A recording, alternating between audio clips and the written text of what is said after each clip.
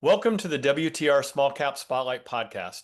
I'm your host, Tim Gerdeman, Vice Chair and Co-founder and Chief Marketing Officer of Water Tower Research.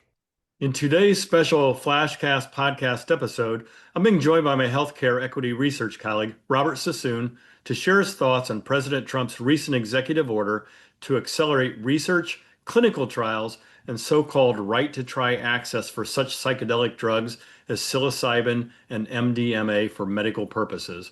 You can also read Robert's recent industry report on the topic, which can be found on Water Tower Research's open access website. Good afternoon, Robert, and thanks for joining.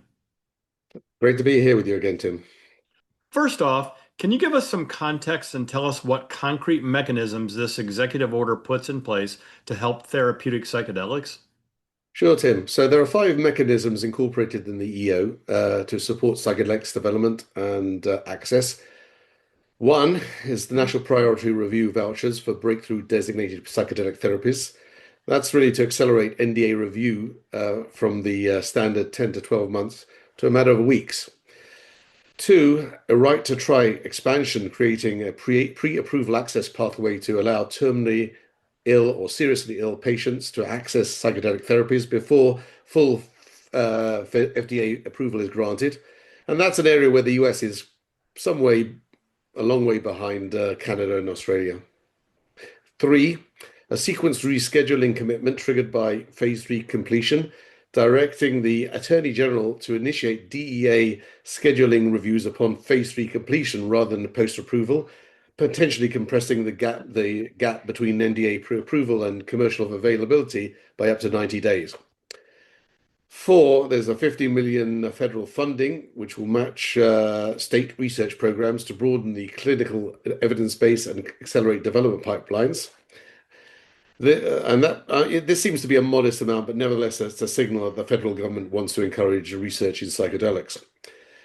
Five, IND clearance for ibogaine, which removes a specific regulatory barrier blocking its clinical investigation and opening a formal development pathway for a compound with relevance to addiction and PTSD treatment.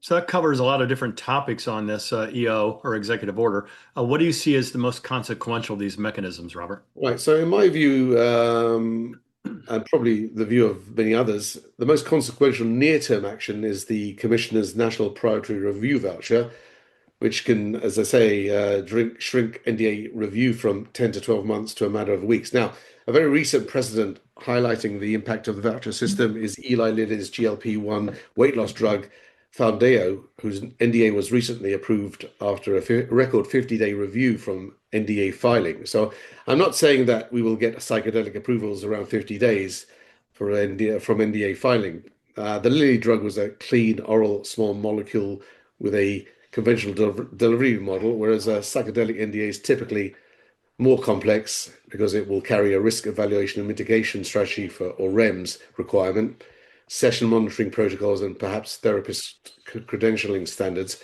Nevertheless, its inclusion in the EO indicates that the FDA wants to reduce NDA review time.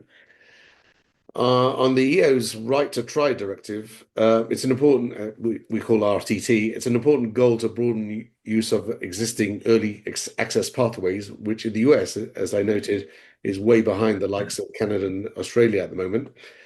It is potentially the most structurally significant mechanism in the EO. However, the issue with the EO vis-a-vis RTT is that it does not itself expand the statutory framework, meaning that RTT in the US still requires a life-threatening condition, exhausted approved options, inability to join a trial, phase 1 completion, and an active IND. And it does not override the Controlled Substances Act, the CSA, absent a separate legal basis. So in 2025, it's worth noting that the Ninth Circuit decided against a Seattle-based palliative care physician who sought a DEA waiver from CSA Registration Act requirements that would have allowed him to administer psilocybin to terminally ill patients under RTT laws. That rule remains a significant barrier, and the EO, remains a significant barrier, and the EO cannot raise it by directive alone. So things are very nuanced from what I'm hearing from you. What, if anything, is missing from the executive order, in your opinion, Robert? Now, that's a good question. I would say 2 things: reimbursement and rescheduling. Reimbursement is the more consequential gap, The EO establishes no coverage framework, and without it, post-approval uptake faces real friction regardless of NDA review speed. Now, on the rescheduling, the EO does direct the Attorney General to initiate DEA reviews, but doesn't mandate an outcome. So the DEA retains full statutory authority and has historically moved pretty slowly. And one live cautionary precedent is the marijuana rescheduling EO from December 2025. Presidential signature, DEA inaction thus far. Great. So all that having been said, Robert, for our investor base, who are the likely potential winners here? So let's start with the sector. At the sector level, I think the EO is more a signaling positive event rather than a structural one, representing the first, but it does represent the first clear federal endorsement of psychedelics as a legitimate therapeutic class. And that signal matters for capital formation, institutional credibility, and could broaden historically limited large pharma engagement in the sector. But as with all drug developers, all these factors hinge on the specific candidate's safety and efficacy profiles. So, in that sense, psychedelics are no different from an immunology or an oncology candidate. As for near-term beneficiaries, these are likely to be the three companies slated to receive national priority review vouchers imminently for breakthrough therapy designated programs. So while the recipients were not named at the signing by Makari, the commissioner of the FDA, he indicated that the vouchers would go to three serotonin 2A agonist programs.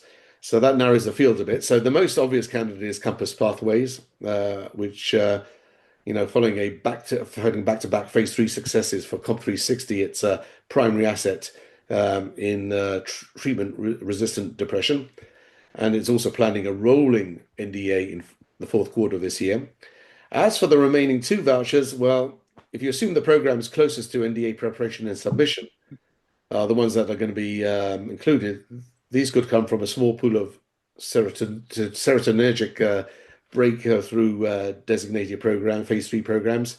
They'd include Dephinium Therapeutics' DT120, which is an LSD-based therapy for generalized anxiety, depression, and major depressive disorder. Helus Pharma, which has its lead asset is HLP003, a psilocin-based treatment for major depressive disorder. And then you have Uzona's Institute's phase 3 US SPICE psilocybin program for MDD too. That's a non-profit company. You've also got Atai Beckley's BPL-003, which is due to begin its phase 3 trial in the current quarter. Well, great. Thanks, Robert, for joining us and supplementing your great report yesterday with this Flashcast podcast to kind of flesh out further detail. Have a great day. Thank you, Tim. Bye. Thank you for listening, and don't forget to subscribe, as well as visiting www.watertowerresearch.com to stay up to speed on the company's small cap written research reports, podcasts, fireside chats, industry-specific symposiums, and conference schedules. We will see you next time for another edition of the WTR Small Cap Spotlight podcast. Finally, a special thanks to the producer and editor of the podcast, Krista Fitzpatrick.